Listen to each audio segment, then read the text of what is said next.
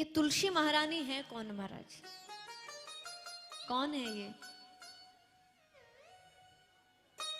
क्यों ये तुलसी बनी?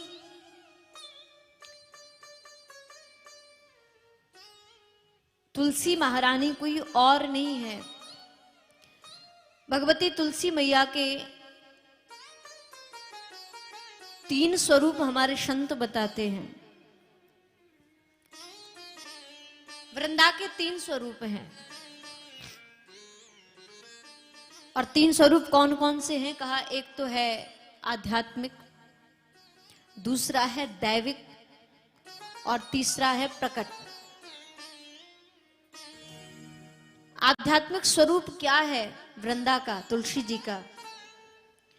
तो महाराज ये जो वृंदा है ये श्री गोलोक धाम में श्री ठाकुर जी की, किशोरी राधा रानी की जो सखियां हैं, उन सखियों में से एक सखी का नाम है वृंदा। क्या नाम है? वृंदा। और इन सखी का काम क्या है? तो कहा कि इस वृंदा नाम की सखी का काम है, जब भी प्रभु को कहीं लीला करनी होती थी है ना, तो भगवान के लिए ये जो धाम प्रदान कर दे, जो धाम दे, जो भूमि दे, वो वृंदा है। ये भूमि का विस्तार करती हैं, धाम का विस्तार करती हैं वृंदा। जैसे कलयुग में हमें वृंदावन धाम प्रदान किया, साक्षात वृंदा महारानी ने आकर के प्रभु को लीला स्थली दी। लीला करने के लिए, विस्तार करने के लिए जो भगवान को भूमि दान देती हैं वो है वृंदा महारानी।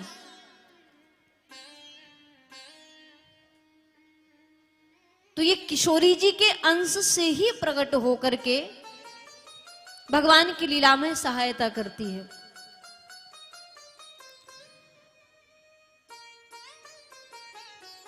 और जो तुलसी मैया का जो एक और स्वरूप है महाराज, प्रकट स्वरूप। प्रकट में ये साक्षात वनस्पति के रूप में पृथ्वी पर प्रकट हुई।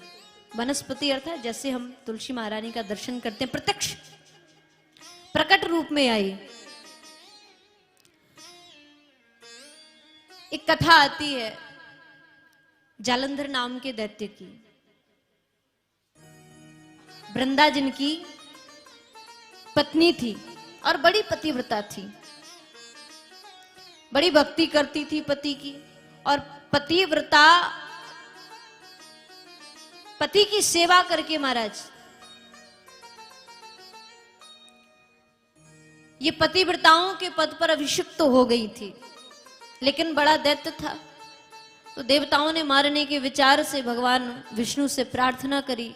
भगवान विष्णु बोले, देखो वृंदा का जो पतिव्रत का कवच है, जब तक वो कवच नहीं टूटेगा, उसका व्रत भंग नहीं होगा, तब तक इसको मारा नहीं जा सकता, जालंधर नाम के दैत्य को। तो भगवान विष्णु से देवताओं ने प्रार्थना करी कि प्रभु आप ही कुछ लीला करिए।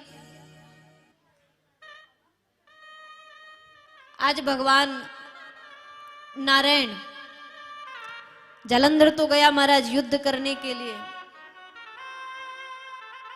यहां भगवान जालंधर का दूसरा रूप बना करके वृंदा के पास आए।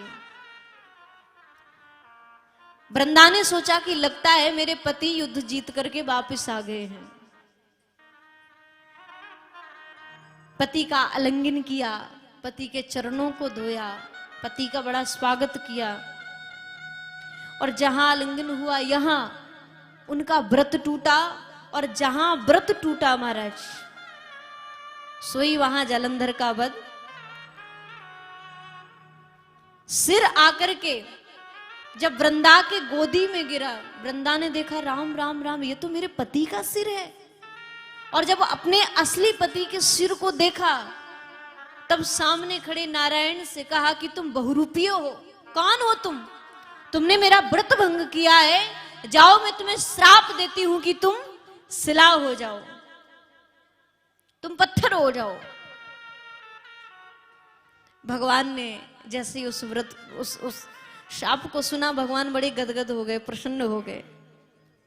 भगवान बोले अगर मैं पत्थर बनूंगा तो तुम ऐसे ही नहीं रह सकती हो, तुम्हें भी कुछ ना कुछ बनना पड़ेगा। और भगवान ने वरदान दे दिया, जाओ मैं तुम्हें वरदान देता हूं कि तुम वनस्पति के रूप में बन करके मेरी अर्धांगिनी बनो। अच्छा, ये जो लीला है ना भगवान की, अगर हम केवल पुराणों में इसको पढ़े ना तो हमें संदेह हो जाता है, भगवान की लीला पर भ्रम हो जाता है कि नारायण ने ऐसी लीला क्यों करी, नारायण ऐसा क्यों करते हैं। नारायण ने क्या व्रत भंग किया वृंदा का? नहीं, व्रत भंग नहीं किया है, अपितु वृंदा को उसके पति व्रत धर्म का भगवान ने फल प्रदान किया है। और फल क्या दिया? एक पतिव्रता स्त्री का धर्म क्या बनता है? वो अपने पति को परमात्मा का स्वरूप मानकर उसकी पूजा करे, उसकी सेवा करे। और उस व्रत के अनुरूप उसको फल क्या मिलता है? बोले वास्तविक परमात्मा की प्राप्ति करना। उसका लक्ष्य यही रहता है कि अपने पति को मैं भगवान का स्वरूप मानकर पूजा करूं। उसका लक्ष्य, उसके पीछे कारण है कि मुझे परमात्मा की प्राप्ति हो, पति के रूप में ही हो, परमात्मा की प्राप्ति होना चाहिए। तो वृंदा ने अपने पति व्रत धर्म का पालन करके महाराज भगवान को प्राप्त किया है। भगवान ने कोई व्रत भंग नहीं किया, अपितु भगवान तो उसको उसका फल देने गए थे। और वास्तव में ये तो सब भगवान की लीला विस्तार है। हम भगवान की लीलाओं पर संदेह कर बैठे। लीलाएं बड़ी विचित्र रहती हैं, लेकिन वास्तव में इन सब के पीछे कारण तो यही था कि भगवान श्री हरि नारायण को सालिक राम रूप में अवतार लेना था। इसलिए ये सब लीला रचनी पड़ी। भगवान हमें अर्चा स्वरूप देना चाहते थे, जैसे श्री गिरिराज महाराज हमें दिए, ऐसे ही श्री सालिक राम महाराज हमें प्रदान करने थे।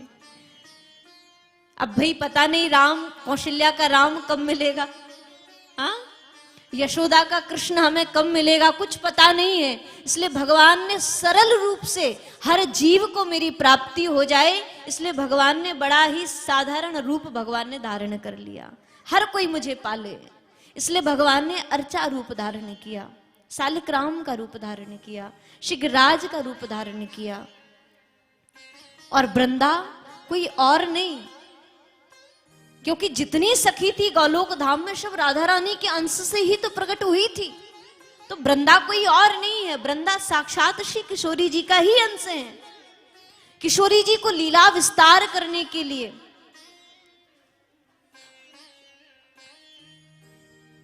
वनस्पति के रूप में प्रकट होना था। सो महाराज इतनी सब प्रभु ने भूमिका बनाई, लीला रची, और आज हमें वनस्पति के रूप में श्री तुलसी महारानी और सालिक राम भगवान उन्होंने प्रदान किए।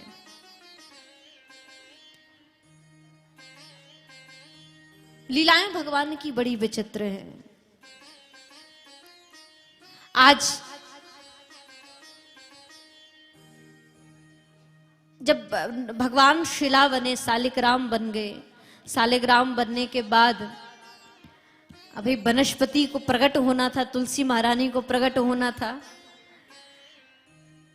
जैसे जब राम प्रकट होते हैं तो कोई ना कोई आधार की आवश्यकता पड़ती है।